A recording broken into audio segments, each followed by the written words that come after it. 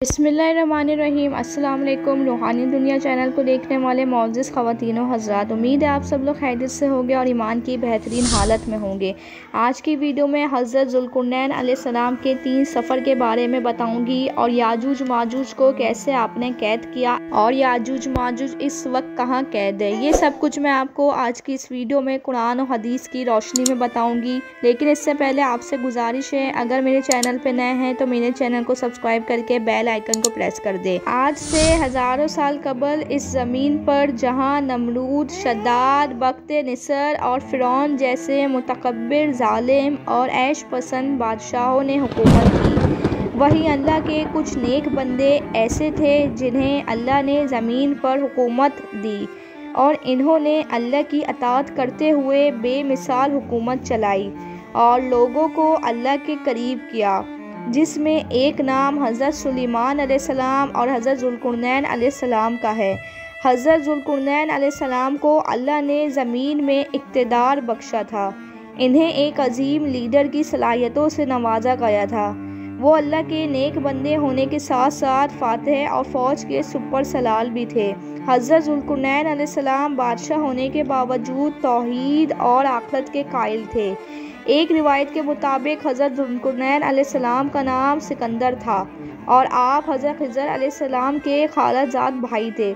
उलमा के नज़दीक ज़ुल्क़ुरनैन अलैहिस्सलाम नबी नहीं थे, बल्कि अल्लाह के एक साले बंदे और नेक बादशाह थे। आपको कुरान पाक में ज़ुल्क़ुरनैन कहकर क्यों पुकारा, इसके मुतालिक मुख्तलिफ पारा हैं। बास के मुताबिक आपने दुनिया के 2 किनारों का चक्कर लगाया था, इसलिए इनका लक़ब ज़ुल्क़ुरनैन था। बाज़ लोगों के मुताबिक आपके बाल बहुत लंबे थे और आप 2 हिस्सों में बांधा करते थे, इसलिए आपको ज़ुल्क़ुरनैन कहते। कुरान मजीद में हज़रत ज़ुल्क़ुरनैन अलैहिस्सलाम के बारे में 3 सफ़र का ज़िक्र बयान हुआ है, जो सूरह कहफ़ में तफसील से मौजूद है।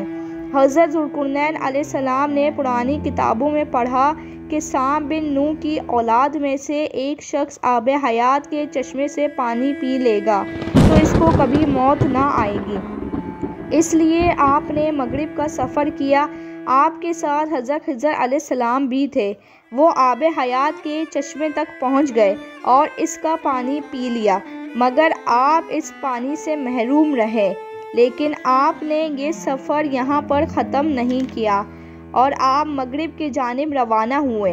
आपने वो सब मंजिलें तय की, फिर आप एक ऐसे मुकाम पर पहुँचे जहाँ आपको एक डूबता हुआ सूरज नज़र आया। जब आप वहाँ गए तो आपको एक ऐसी कौम मिली जो जानवरों की खाल पहने हुए थी। इसके सिवा उनके पास जिस्म के लिए कोई लिबास नहीं था और ये कौम नासिक कहलाती थी। इनमें सरकशी और बगावत आम थी।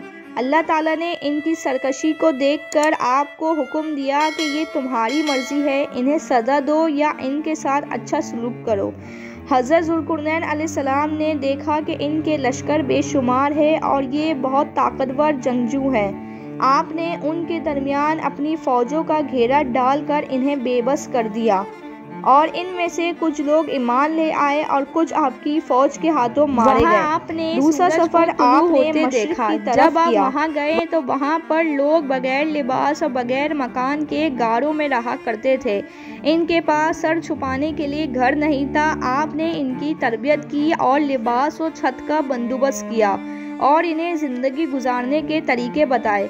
फिर आप शुमाल की तरफ बढ़े। वहाँ आपको एक कौम मिली। इन लोगों ने आपसे गुजारिश की कि यहाँ एक कौम है जो याजूज माजूज कहलाती है और ये हम पर हमला करके हमको बहुत परेशान करती हैं। अगर मुमकिन हो सके तो आप इनका बंदोबस्त करें। इन लोगों ने कहा कि इस मामले में आपको माली मदद की ज़रूरत हो तो वो भी हम देने को तैयार है। हज़रत ज़ुल्क़ुरनैन अलैहिस्सलाम ने कहा, मुझे माली अमदाद की ज़रूरत नहीं, अल्लाह का दिया मेरे पास बहुत कुछ है। अलबत्ता मुझे मज़दूर मुहैया कर दो ताकि मैं एक ऐसी दीवार बना दूँ जो कभी गिर नहीं सके। लिहाजा पहले लोहे की तह जमाई गई और लोगों को हुक्म दिया कि इनके ऊपर आग भड़काओ। इस काम के लिए लकड़ी और कोयला को इस्तेमाल किया गया। जब लोहा आग की तरह सुर्ख हो गया तो पिघला हुआ तांबा ऊपर से डाला और ये एक पहाड़ की तरह बन गई। इसके ऊपर चलना भी मुश्किल था। हज़रत ज़ुल्कुरनैन ने दीवार के बनने पर अल्लाह का शुक्र अदा किया और लोगों को बताया बेशक ये दीवार बहुत मजबूत है, लेकिन याद रखो एक दिन हर चीज़ फना हो जानी है। जब तक अल्लाह की मर्ज़ी होगी ये दीवार कायम रहेगी और एक वक्त ऐसा आएगा कि ये दीवार तबाह हो जाएगी और वक्त क़यामत से पहले होगा। दरअसल याजूज माजूज याफीस बिन नू की औलाद में से है। ये एक फसादी कौम है और इनकी तादाद बहुत ज़्यादा है। ये लोग मौसम रबी में अपने गारों से निकलकर तमाम खेतियाँ और सब्जियाँ खा जाते थे। आदमियों, जानवरों, यहाँ तक कि सांप बिच्छू तक खा जाते हैं। रिवायतों के मुताबिक याजूज माजूज रोज़ाना इस दीवार को तोड़ने की कोशिश करते हैं। फिर दिन भर थकने के बाद जब ये दीवार थोड़ी रह जाती है तो कहते हैं अब चलो बाकी कल तोड़ेंगे, लेकिन जब कल आते हैं तो वो दीवार अल्लाह के हुक्म से फिर सलामत हो जाती है। रिवायत में आता है जब तक याजूज माजूज में से एक बंदा इनका ये नहीं कहेगा कि इंशाअल्लाह कल ये दीवार हम और तोड़ेंगे, जब तक ये दीवार नहीं गिरेगी। हज़रत ज़ुल्कुरनैन अलैहिस्सलाम के बारे में जानना आपको अच्छा लगा हो तो वीडियो को लाइक कर दीजिएगा, शेयर कर दीजिएगा और साथ ही मेरे चैनल को सब्सक्राइब कर दीजिएगा। मिलती हूँ अगली वीडियो में, मुझे दीजिए इजाज़त। अल्लाह हाफ़िज़।